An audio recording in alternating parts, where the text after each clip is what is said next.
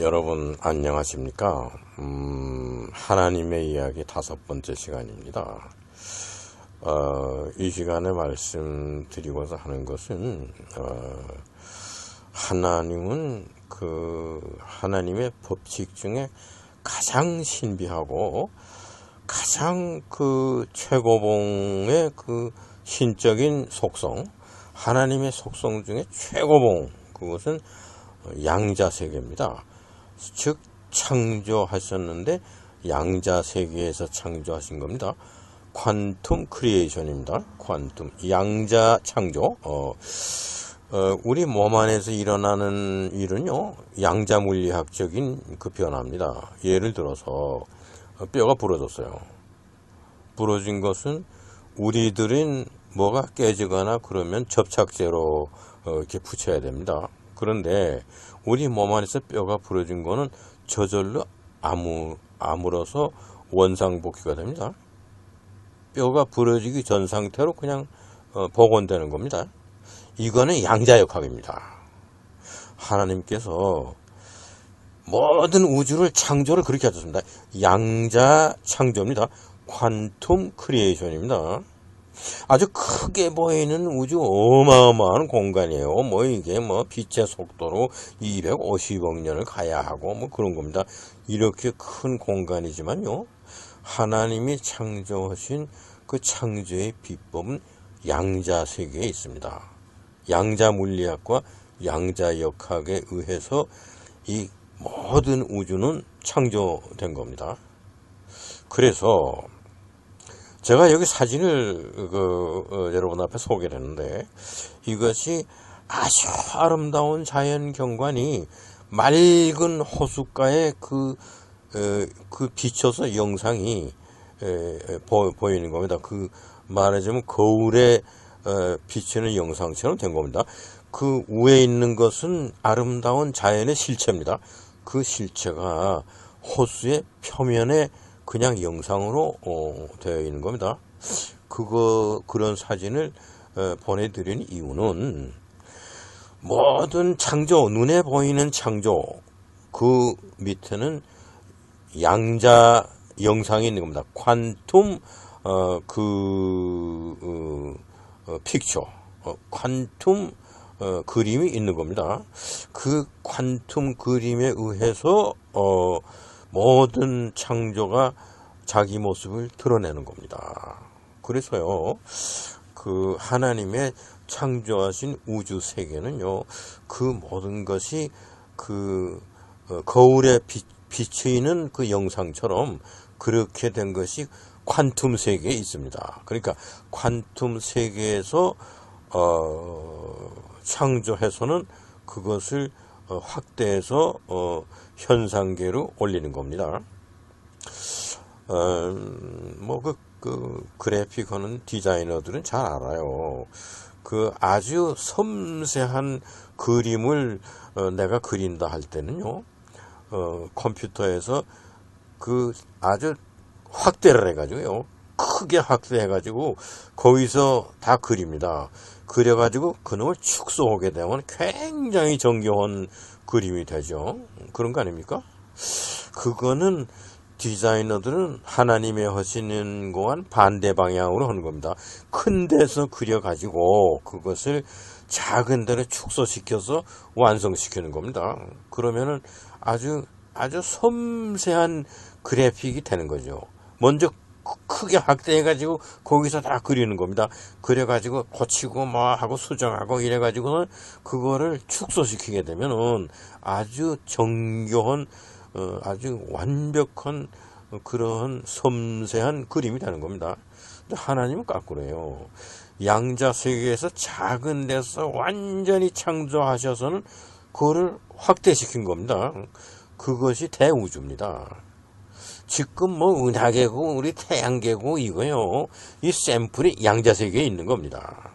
그래서 태양계의 거울 모습이요, 태양계가 이렇게 태양이 빛을 발하고 거기에 행성들이 돌고 하고 운석띠가 있고 카이퍼 벨트가 있고요, 이거는 전부 축소돼 가지고서 양자세계에 그 오리지널이 있는 거예요. 오리지널이. 그렇게 해가지고 그것이 확대돼서 태양계로 존재해서 지금 태양계가 존재하는 겁니다. 은하계도 다 마찬가지입니다. 플라톤이 이런 비밀을 알았어요. 그래서 우리가 지금 보는 거, 우리의 현상계, 이거는 복사된 거다 이거예요. 오리지널인 이데아가 어디에 있다. 그죠? 이데아의 세계, 오리지널의 세계, 원형의 세계, 그것은 양자 세계입니다. 양자 세계에 아주 작은 겁니다. 우리가 현미경으로도 감지가 안 되는 겁니다. 그렇게 나노보다도 더 작은 겁니다. 그렇게 작은 세계에서 완벽한 창조가 끝난 겁니다. 끝나서 그것이 확대돼서 하나님께서 필요한 요런 사이즈가 필요하다 한 데서 멈췄어요. 그것이 지금 지구의 사이즈고 목성의 사이즈고 다 그런 겁니다. 그것이 우리 지구의 원형이, 우리가 지금 지구에 되어 있는 이 원형이 양자 세계에 있는 겁니다. 양자 세계. 그래서 퀀텀 크리에이션이에요. 창조는 양자 세계에서 다 이루어지고 거기서 끝난 겁니다. 그래서 우리가 그 생명체가 그 양자 물리학의 그 이론과 원리에 의해서 진행되는 그런 게 많습니다. 예를 들어서 그 고려 청자나 이조 백자나 그렇게 아주 굉장히 값진 것이 깨졌다. 우리는 그 깨진 것을 그냥 접착제를 붙여서 이렇게 원형 비슷하게 하고 거기 접착제 흔적도 있고 그게 원형으로는 안 보입니다. 다 그 수리한 겁니다. 그런 것인데 깨진 금도 보이고요. 그런데 이 조각실을 가지고 양자 세계로 내려가면요, 거기서는 원형 복원이 가능합니다. 그 조각실을 다 해가지고 우리 뼈가, 부러진 뼈가 아무는 시스템과 똑같은 거죠. 그렇게 해서 아물게 하면은 완성되는 겁니다. 그것이 양자 물리학에서 가능한 겁니다. 그러면 우리 현상계에서는 깨진 것만해요. 그러나 양자 세계를 가져가면 원형 복구가 가능합니다. 이러한 것이 하나님의 세계다. 그래서 양자 물리학과 양자 역학과 그것이 지금 굉장히 발전되고 있습니다. 우리가 막스 플랑크가 그 1900년대에 제창한 거죠. 양자 세계가 존재한다. 양자 물리학이 있다. 양자 역학이 있다. 그런 거를 그 제창한 첫 번 양자 물리학자가 막스 플랑크죠. 그래서 그 양자 세계로 내려가면은요, 그러면은요, 양자 세계에서는요, 그 표현이 그 D가 다이멘전입니다. 그 다이멘전 차원입니다. 차원. 근데 양자를 규명하는 그 방법이 있어요. 그건 뭐냐면요, 제로 D냐 원 D냐 이거예요. 그러면 0은 없는 거고요. 아주 무입니다. 없는 거고 1은 존재하는 겁니다. 그 양자 세계에서는요, 방향이 제로를 향했느냐, 다이렉션이 다이멘전이 차원이 제로 없는 쪽으로 향한 차원이냐 그겁니다. 그래서 제로디다. 제로디 0 쪽으로 향해서 가는 겁니다. 그러니까 0.000000 이렇게 가는 겁니다. 그래도 마지막에 뭐가 1이 있어요. 0은 아닙니다. 0 쪽으로 가까이 가는 겁니다. 0이 되면 안 됩니다. 그리고 이것이 1 쪽으로 가느냐. 그래서 0.000000이 점점 많아져 가지고 그 소수점의 0이 하나씩 줄어들면서 0.1에까지 오고, 그게 또 0.2, 0.3 이렇게 돼가지고 0.9, 0.9.999999 뭐 이래 가지고 1은 안 됩니다. 1은 되진 않는데 1 쪽으로 가까이 가는 거냐, 그거는 1D입니다. 다이멘전이 1쪽으로 가는 그런 다이멘전이냐, 이것이 양자의 그 물질이 존재하는 거, 그거를 그 그 데피니션입니다. 규명하는 것이 이게 제로디냐 1D냐 그겁니다. 그러니까 없는 쪽으로 향해서 가는 것이냐 아니면 있는 존재하는 일 쪽으로 향해서 가는 거냐. 그런데 0이 되면 안 돼요.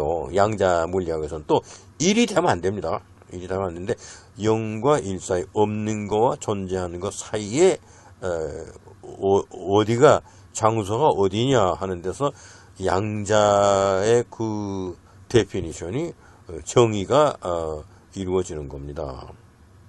그러면 제가 말씀드리는 것이죠. 그 원소 주기율표라는 것이 화학에 그런데 그 원소 주기율표에 있는 그런 데서 뭐 그 무슨 기체형도 있고 무슨 뭐 금속형도 있고 뭐 많이 있죠. 가스도 있고 무슨 뭐 코발트다, 구리다, 뭐 금이다, 뭐 철이다, 뭐 이런 것들이 원소들의 그 주기율표가 있지 않습니까? 멘델리에프가 만들어 놓은 거. 그런데 거기에 있는 물질들을 가지고 양자 물리학에서 그 물질을 가지고 제로디 쪽으로 자꾸 짜게해서 0쪽으로 가는 겁니다. 이렇게 해서 양자화한다 그러는 겁니다. 그래서 그것이 1에서 존재하는 1 조금 못 되는 거죠. 0.999999 이런 건 1은 아닙니다. 거기서부터 자꾸 줄어들어 가지고 0.0000 뭐로 가느냐. 어디로 향했느냐. 이런 것이 굉장히 중요합니다. 거기에서 제가 그 하나님의 이야기 제 1번인가 2번에서 말씀을 드린 바 있습니다. 거기에서 나노포토닉스라는 거. 그래서 광파를 자꾸 짜개고 양자화해 가지고요. 아주 제로 D에 굉장히 가까워진 그 굉장히 작은 파장입니다. 짧은 파장을 만들어서 그놈을 그 양자 세계에 존재하는 그런 생명체가 있습니다. 미생물, 뭐 효소라든지 박테리아라든지 그런 겁니다. 거기다가 자극을 주고 커뮤니케이션 할 수 있는 거는 그 양자화된 그 파장입니다. 빛의 파장인데 그걸 양자화했어요. 제로디로 자꾸 쪼갰어요. 그래가지고 그것을 쏘이는 겁니다. 그러면은 그 조그만 미생물의 물체가 반응합니다. 그것이 그 세계와 그 작은 세계와 커뮤니케이션 할 수 있는 게 빛입니다. 소리는 안 됩니다. 우리가 뭐 말을 해가지고 무슨 영어로 얘기라든지 한국말로 하든지 니네들 이런 거 좀 도와줘 이런 거로는 안 되는 겁니다. 그러니까 제가 얘기하잖아요. 기독교의 신관이 잘못됐다는 거예요. 하나님과 우리가 사용하는 언어로 하나님과 교통한다. 그거 있을 수 없어요. 그건 다 광신파들이 하는 얘기입니다. 무슨 이상한 지도 모르는 말을 막 짓거려대면서 방언이다 이겁니다. 이런 말로 하나님과 교통했다. 그거 다 사기예요. 종교적인 사기범들이 기독교가 제일 많습니다. 특히 기도원 이런 데 가면 전부 그 종교 사기범들이에요. 하나님이 그렇지 않습니다. 하나님을 그 속임수를 가지고 설명하는 거죠. 그래가지고 잘 모르는 사람들은 그럴듯 하거든요. 그러니까 거기에 속아 넘어가고 이렇게 되는 거죠. 이게 기독교에서 아주 제일 많이 하는 겁니다. 나는 그거에 대해서 아주 굉장히 증오하고 그걸 싫어합니다. 하나님은 그런 존재가 아닙니다. 우리하고 인간하고 교신할 수가 없어요. 그 차원으로 보면은 그런 겁니다. 우리가 나노포토닉스로 아주 작은 물체에게 그 자극을 줄 수 있는 커뮤니케이션 방법이 있습니다. 그걸로 삼성에서 20나노 공정으로 그 반도체를 만들어내는 겁니다. 이걸 알아야 돼요. 그러면 우리와 아주 작은 나노 세계와의 그 통신 수단을 생각해 보면요, 우리같이 작은 존재인 가 하나님같이 크고 두려우신 하나님과 교신할 수 있는 게 어떤 방법이겠냐? 그거 답이 나와요. 그러니까 여러분들의 부탁은 뭐냐면요, 그 기독교에서 말하는 신관 이거 없어져야 됩니다. 이거 이 지구촌에서 쓸어버려야 돼요. 예수님도 그렇게 가르치지 않았어요, 하나님을. 이게 잘못된 겁니다.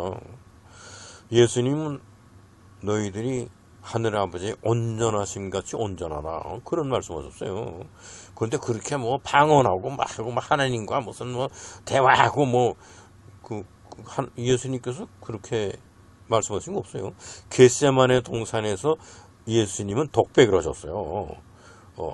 그 십자가상에서 엘리 라마 사박다니가 뭡니까?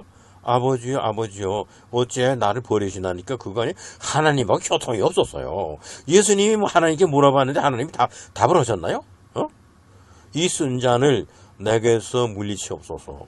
그러나 내 뜻대로 마옵시고 아버지 뜻대로 하옵소서. 그런데 아버지 하나님께서 기다 아니다, 뭐 그런 답을 하셨나요? 예수님은 겟세마네 동산에서 독백으로 시작해서 독백으로 끝났어요. 그런 분입니다. 한 번도 무슨 뭐 용문산 기도원에 가가지고 뭐 하나님을 만나고 왔다, 뭐 하나님하고 뭐 대화를 나눴다, 뭐 하나님의 음성을 들었다, 그런 말씀 예수님의 것은 한 번도 없었어요. 그런 말씀 없었습니다. 이것이 예수님이 하나님의 그 말씀을 하신 것이 왜곡됐어요. 지금 기독교에서 주장하는 하나님의 이야기는요, 이건 다 잘못된 겁니다. 저를 비난하겠죠. 내 얘기를 듣는 기독교인이나 목사님이나 그런 사람들은요, 호킹과 마찬가지로 제가 무신론자예요. 왜? 그 사람들의 그 기도하고 응답받고 뭐 축복을 받았다 하는 하나님과 다른 신관을 가지고 있으니까, 신관이 달라지면 무신론자입니다. 자기네들 신관에 따르지 않으면요, 그 사람들에게 나는 무신론자예요. 이런 게 올바른 판단이라고 여러분 생각하십니까? 적어도 제 강의를 유튜브에서 다 들으셨다. 내가 우주에 대해서 얼마나 많은 강의를 하고 또 뭐 많은 이 세상의 비밀을 터득한 거를 말씀을 드렸어요. 그런데 여러분들이 제 얘기를 듣고 선택하세요. 소위 말하는 내가 가장 싫어하고 비난하고 기독교의 신관이 잘못됐다 이렇게 얘기하는데, 기독교인들의 편에 서서 나를 공격하고 그렇게 말하는 저 사람이 무신론자다 이렇게 말하려면 하세요. 그런 사람들 편에 서서 저를 공격하고 비난하세요. 괜찮습니다. 제가 그렇게 하면 안 된다 이러지 않습니다. 그러나 저는 얘기가요, 기독교에서 말하는 신관이 잘못됐다, 그런 하나님 없다 이거요. 그런 하나님 없어요. 우주를 창조하신 크고 두려우신 하나님, 에녹이 벌써 뭐 12,000년 전에 깨달았던 하나님은 크고 두려우신 분이다 이거예요. 그런 분하고 교통을 할 수 있다는 거예요. 지금 기독교에서 말하는 그런 식이 아닙니다. 그건 잘못된 거예요. 그거는 지어내가지고 그거는 뭐 완전히 왜곡된 그런 겁니다. 기독교의 신관이 아니에요, 그게. 이렇게 된 거를 우리가 바로 잡아야죠. 또다시 한번 이 오늘날의 타락되고 잘못된 기독교 때문에 종교개혁이 일어나야 돼요. 저는 종교개혁이라고 말하지 않겠습니다. 종교는 불교도 있고 다른 것도 있어요. 근데 기독교 개혁해야 돼요, 기독교 개혁. 예?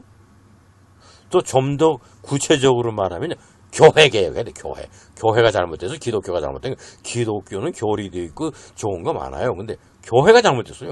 그러니까 교회 개혁해야죠. 종교 개혁이라는 말이 아니고 기독교 개혁이다. 또 기독교 개혁도 아니고 교회 개혁이다. 그래서 이렇게 얘기하는 겁니다. 오늘날 아주 의리어리하게 뭐 크게 집을 짓고서 뭐 1년에 그 헌금 들어온 것이 200억이다 300억이다 하고 그러는 교회, 이 교회를 개혁해야 되겠다 그런 겁니다. 그리고 그러한 데서 얘기하는 하나님의 얘기 잘못됐다 이거. 고쳐야 됩니다.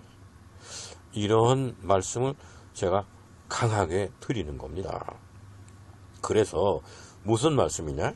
하나님께서는 퀀텀 세계에서 창조하셔가지고 그것을 확대해서 현상계로 만드신 분이다. 모든 창조의 비밀은 퀀텀에 있다. 그래서 이러한 우주 물리학이 새로 있어요. 퀀텀 유니버스를 연구하는 분야가 있어요. 퀀텀 유니버스입니다. 양자 우주입니다. 하나님께서 크리에이션을 창조하시는 작업을 퀀텀 세계에서 하셨다. 그겁니다. 그렇게 해가지고 그것을 확대시켜서 현상계에서 까지 올라와서 하나님이 보시기에 좋은 데서 스톱시킨 겁니다. 그것이 오늘 지구의 모습이고요. 그것이 우리가 보는 태양계의 모습이고 그런 겁니다. 또 그것이 밀키웨이 은하계의 모습입니다. 이거는 빅뱅이 터져서 그 작은 무에서 그게 퀀텀 세계 아닙니까? 무라는 게 없는데요. 그 제로입니다. 제로에서 원디로 나가는 거죠. 그래서 그게 인플레이션입니다. 제로에서 원디 방향으로 나가면서 그게 3분 동안에 뭐 거대한 우주로 그렇게 팽창되었어요. 그 인플레이션입니다. 인플레이션. 그것이 블랙홀에서 압축되고 그래가지고 완전히 그 양자 세계로 내려가서 양자 세계에서도 완전히 없는 무의 경지까지 압축됐어요. 그랬다 거기서 빅뱅이 터졌습니다. 터졌을 때 그 제로에 가까이 간 모든 정보 그것이 원디로 향했어요. 원디 제로에서부터 원디로 향해서 그게 에너지가 축적되고 모든 것이 사이즈가 줄어들었기 때문에 그 팽창하는 에너지가 어마어마했어요. 그래서 그 팽창하는 속도가요 10의 43승분의 1초입니다. 그런 속도로 팽창했습니다. 그래서 3분 만에 거대한 우주가 오늘날 우리 우주의 한 3분의 1 정도 되는 우주가 3분 만에 생겼어요. 그 과정을 인플레이션이라고 합니다. 이렇게 된 겁니다. 그러면은 양자의 세계에서 하나님은 창조하셨다. 그것이 확대돼서 현상계로 와서는 계속 팽창하는 겁니다. 암흑 에너지가 계속 팽창시킵니다. 우주를. 그렇게 해서 이것이 온도 때문에 끝나는 겁니다. 우주는 계속 팽창하는데 온도가 자꾸 하강하는 겁니다.